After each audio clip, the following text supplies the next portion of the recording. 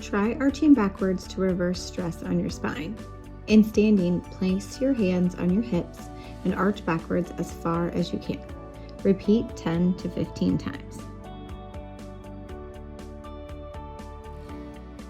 You can also do this exercise over a fulcrum like this countertop, the hood of a car, or a chest of drawers to make the stretch more effective and bigger.